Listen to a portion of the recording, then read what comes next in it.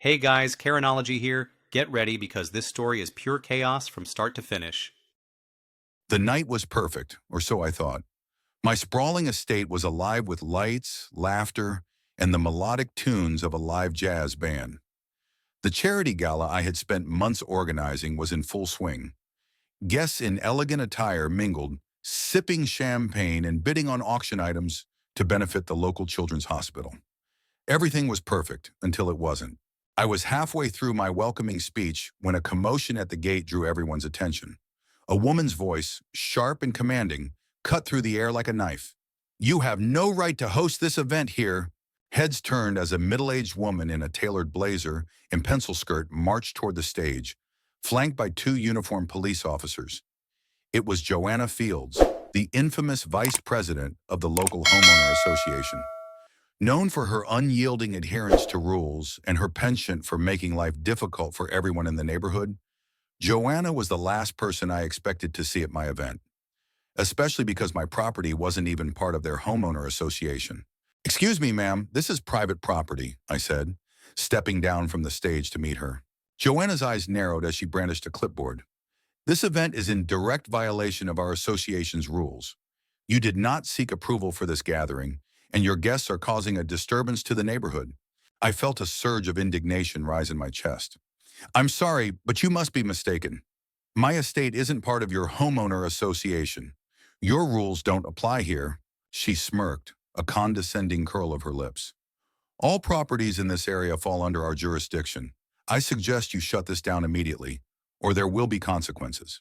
The guests, sensing the escalating tension, began to murmur amongst themselves. I caught sight of my close friend Tom, motioning to me from the crowd. I ignored him for the moment, focusing all my energy on dealing with this woman. "If you believe you have authority over my property, then you can provide the legal documentation to prove it," I said firmly. "Until then, you and your officers are trespassing." Joanna's face turned a shade of red I didn't think was humanly possible. "Trespassing? How dare you? This is a matter of community interest, and as vice president of the homeowner association, I have every right to be here." The police officers exchanged uneasy glances. One of them finally spoke up.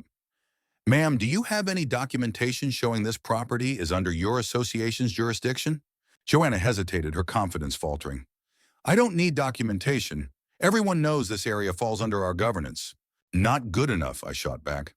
"Officer, I request that you escort this woman off my property unless she can produce evidence to support her claims." The officer's brow furrowed as he turned to Joanna. "Ma'am, without proper documentation, I'm afraid we can't enforce anything here. This is private property." Joanna's expression twisted in rage. "You haven't heard the last of this," she spat before storming off, her heels clicking angrily against the pavement. The officers followed her, looking more relieved than anything else. Relieved as I was to see her go, the incident left a sour taste in my mouth. I returned to the stage and attempted to continue the evening, but the mood had shifted. Guests whispered among themselves, casting uneasy glances toward the gate. Though I put on a brave face, I couldn't shake the feeling that this was far from over. The next morning, I awoke to find a construction crew erecting a chain-link fence across my driveway. My jaw dropped as I marched outside in my robe and slippers, demanding an explanation. What is going on here?" I yelled. A burly man in a hard hat looked up from his clipboard. "Orders from the homeowner association," he said gruffly. "They're claiming this driveway encroaches on community property." "That's absurd," I exclaimed. "My property line has been the same for over a decade. Where's your proof?" He shrugged. "Not my problem, lady. Take it up with them."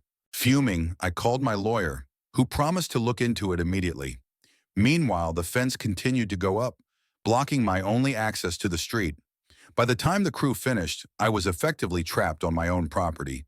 As I sat in my kitchen, staring at the fence through the window, my phone buzzed. It was Tom. "You won't believe this," he said. "I just heard from a friend on the city council that Joanna's been pushing through all sorts of shady deals. Apparently, she's got connections with a construction company that's been overcharging for neighborhood projects. You might be their latest target." "That explains a lot," I muttered, "but how do I prove it?" "Leave that to me," Tom said. "I'll see what I can dig up." Grateful for his support, I felt a glimmer of hope. But as the days went on, Joanna's campaign against me only intensified. Anonymous complaints flooded City Hall, alleging noise violations and zoning infractions on my property. A city inspector arrived unannounced, claiming my house was out of compliance with local codes. I knew this was all Joanna's doing, but without hard evidence, my hands were tied. Still, I refused to back down. If she wanted a fight, she was going to get one. Late one night, Tom called with news that made my heart race. "I found something," he said. "Joanna's been falsifying documents to expand the homeowner association's jurisdiction. Your property was never supposed to be included. I'll send you everything I have." Within minutes, my inbox was flooded with scanned documents and emails. As I pored over them, a plan began to form in my mind.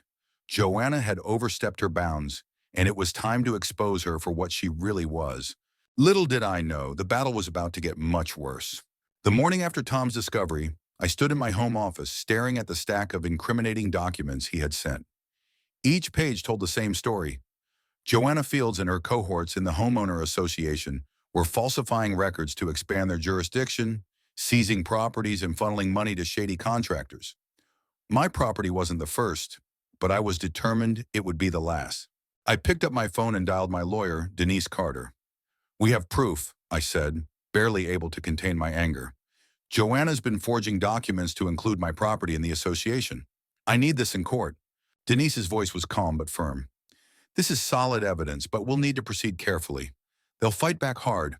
Let me start drafting the necessary filings." As soon as I hung up, my doorbell rang. Through the window, I saw two men in suits standing on my porch. I opened the door cautiously. "Ms. Brooks?" one of them asked. "We're from the city's zoning office. We're here to investigate complaints about illegal modifications to your property." I blinked in disbelief. "Illegal modifications? What modifications?" The man's expression was neutral, but his tone carried a hint of accusation. "A report was filed stating that your driveway and fencing violate city regulations. We'll need to conduct an inspection." I stepped aside, letting them in. As they moved through my home, I could feel the weight of Joanna's vendetta pressing down on me. The inspectors took pictures, measured distances, and scribbled notes, all the while ignoring my questions about the source of these complaints. When they left, I called Tom. "They're sending city inspectors now," I said, pacing the kitchen. "Joanna must have filed those complaints. She's trying to drown me in bureaucracy." Tom's voice was steady. "Don't worry, I've been digging deeper, and I think I've found someone who can help us. Her name's Linda, and she used to be on the homeowner association board before Joanna forced her out. She knows all their dirty secrets." The next evening, I met Linda at a small cafe in town. She was a petite woman with sharp eyes that seemed to see right through me. As soon as we sat down, she pulled out a folder stuffed with papers. "Everything you need to know about Joanna is in here," Linda said, her voice low. "She's been abusing her position for years, forging documents, embezzling funds, and bullying anyone who stands in her way. But no one's had the courage to take her on until now." I leafed through the folder, my heart pounding as I read about fraudulent expense reports and backdoor deals with contractors. "Why are you helping me?" I asked. Linda's eyes hardened. "Because she ruined my life. When I questioned her spending, she fabricated a story about me misusing association funds. I lost my position, my reputation, and almost my home. I want to see her pay." Her determination mirrored my own, and I knew I could trust her. Together, we outlined a plan to bring Joanna's corruption to light. Our first move was to leak the forged documents to a local journalist Tom knew. Within days, an article exposing Joanna's questionable practices was published, stirring up outrage among the community. For the first time, it seemed like the tide was turning in my favor. But Joanna was nothing if not relentless. The day after the article ran, I woke up to find my water shut off. A quick call to the utility company revealed that a mistake had been made, resulting in my service being disconnected. I knew better. Then came the vandalism. One morning, I stepped outside to find graffiti scrawled across my front gate. "Troublemaker." Later that night, I heard the sound of breaking glass and discovered a rock had been thrown through my living room window. I filed police reports for each incident. But it was clear that Joanna's intimidation tactics were escalating. She was trying to break me, but I refused to back down. The climax came during a town hall meeting where Joanna planned to defend herself against the growing allegations. Linda and I arrived early, armed with evidence and a small group of allies who had also been wronged by Joanna's homeowner association. As Joanna took the stage, she exuded confidence. dismissing the accusations as baseless rumors spread by disgruntled individuals. But when Linda stepped forward with a stack of documents and began recounting her experiences, the room fell silent. "These are not rumors," Linda said, her voice steady. "These are facts. Joanna Fields has been lying to this community for years, and here's the proof." I joined her, presenting the forged documents that showed my property's wrongful inclusion in the homeowner association. The crowd's murmurs grew louder as more evidence was revealed, and Joanna's confident facade began to crack. When the meeting ended, Joanna stormed out, refusing to answer questions from the press. But the damage was done. The community's faith in her leadership had been shattered, and investigations into her activities were underway. Though Joanna's reign of terror was far from over, I felt a sense of victory as I walked out of that town hall. For the first time in weeks, I could see a path forward. With Linda's help and the support of the community, I was determined to take Joanna down for good. But as I drove home, a sense of unease settled over me. Joanna wasn't the type to go down without a fight, and I knew she still had cards left to play. The battle was far from over, but I was ready for whatever came next. Days after the explosive town hall meeting, the atmosphere in the neighborhood remained tense. Joanna Fields had retreated into silence, but her influence lingered. My life, however, was anything but quiet. Anonymous letters filled with threats arrived at my doorstep, and strange cars parked outside my home late at night. I knew Joanna wasn't finished. One evening, Linda called with urgency in her voice. "We need to meet," she said. "I've uncovered something big, bigger than we expected." We met at Tom's office, a small, nondescript space filled with papers and monitors. Linda laid out her findings. Joanna had been using her position in the homeowner association to funnel money into her own accounts through a fake landscaping company. Worse, she'd been working with a developer to rezone parts of the neighborhood for commercial use, planning to profit from the deals while pushing residents out. "This is it," I said, feeling a mix of anger and determination. "This is the evidence we need to bring her down." We decided to go straight to the press. Tom's journalist contact published a detailed expose, complete with Linda's findings and testimonies from other residents who had been victimized by Joanna's schemes.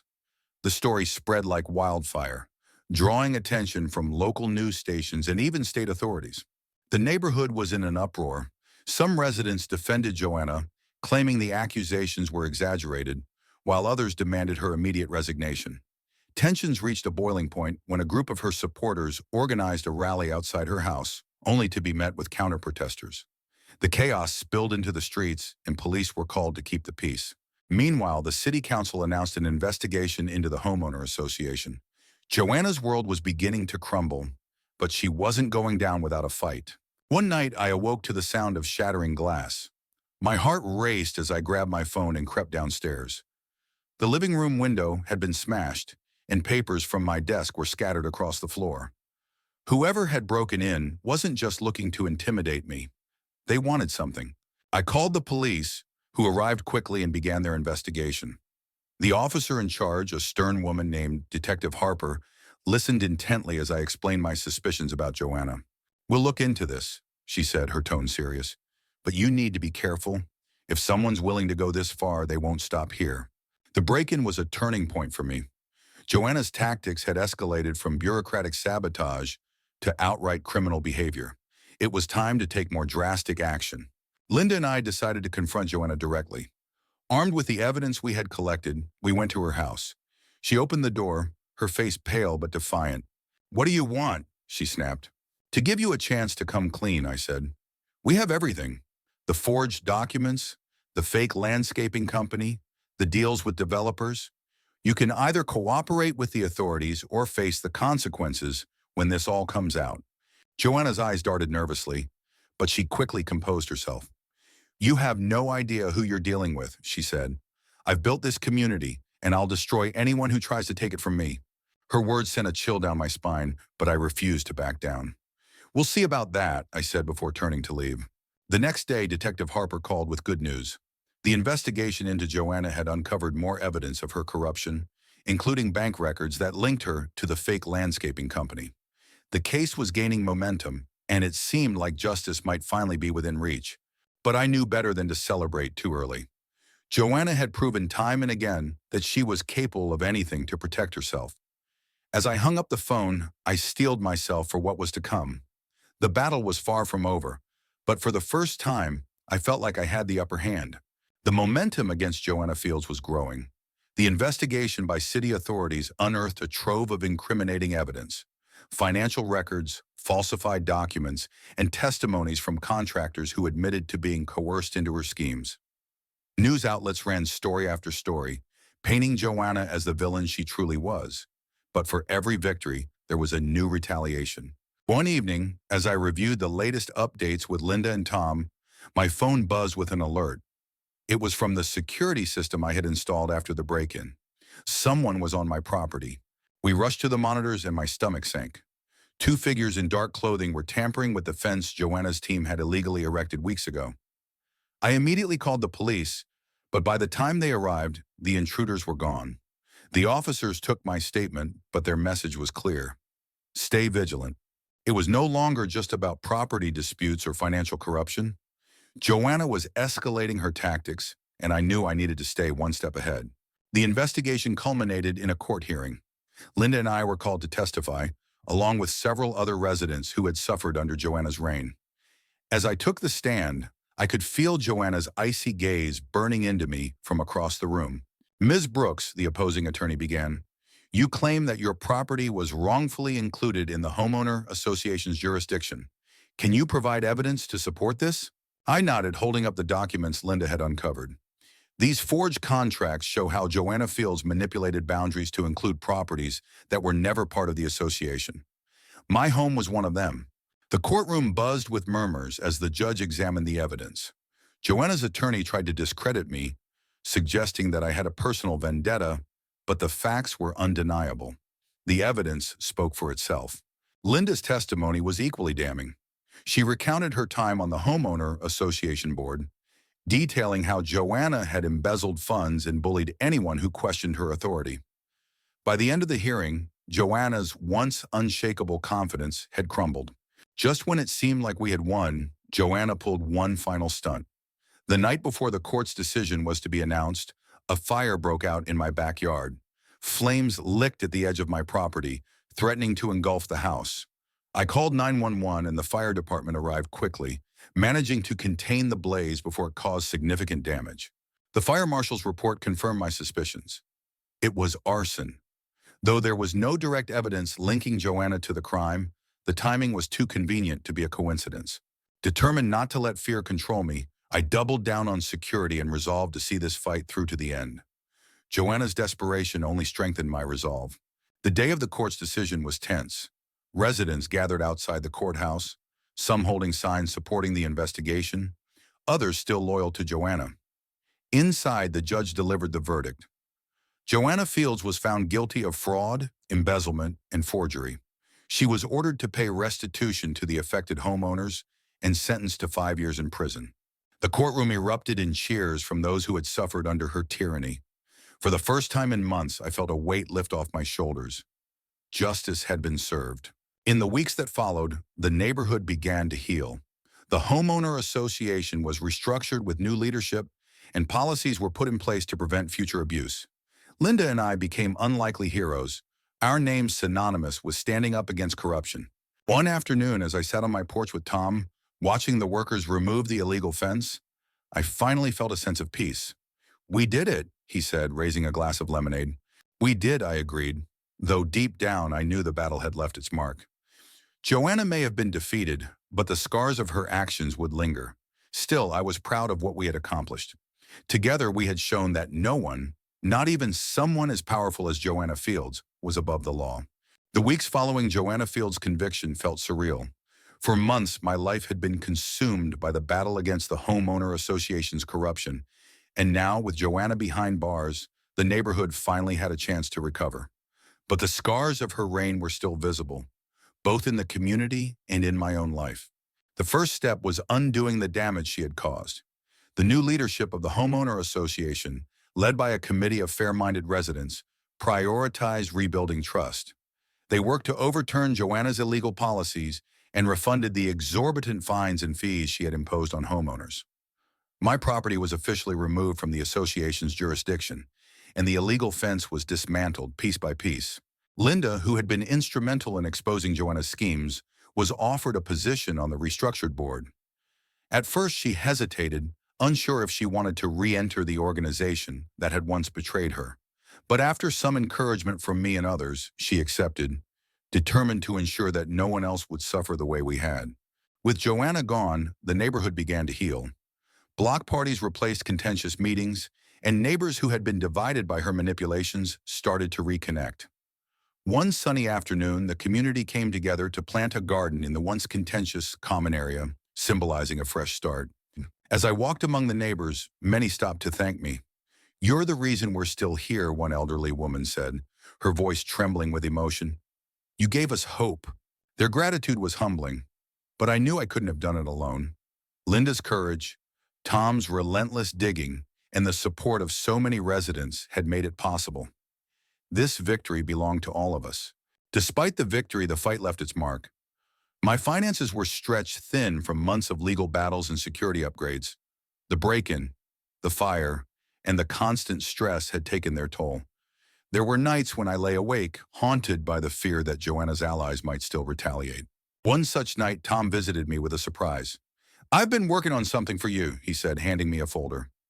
Inside were plans for a new initiative, a legal fund for homeowners fighting unjust homeowner association practices. "You've already inspired so many people," he said. "This fund could help others stand up for themselves just like you did." The idea reignited something in me. Though I was exhausted, I realized the fight for justice didn't have to end here. I agreed to help Tom launch the initiative, using my story as a rallying cry for change. Even in prison, Joanna's presence loomed. Reports surfaced that she was appealing her conviction, claiming she had been set up. The news sent a ripple of unease through the neighborhood, but I refused to let it derail our progress. "Let her try," Linda said when we discussed the appeal. "She can't undo the truth." Her confidence was reassuring, but I couldn't shake the feeling that Joanna wasn't finished. For now, though, we focused on rebuilding and moving forward. Months later, as I stood on my now restored driveway, watching the sunset over the neighborhood, I felt a sense of peace I hadn't experienced in years. The garden we planted had bloomed, a symbol of resilience and renewal. Linda and I had become close friends, bound by our shared fight for justice. Tom's legal fund was gaining traction, and stories of homeowners standing up to corrupt associations were starting to make headlines. This fight had changed me. It had tested my limits, pushed me to the brink, and shown me the power of standing up for what's right. Though the battle against Joanna was over, the lessons I had learned would stay with me forever. As I turned to head inside, my phone buzzed with a message from Linda. "Town hall meeting tomorrow," it read. "We need your voice." Smiling, I replied, "I'll be there." The fight for justice was far from over, but I was ready for whatever came next.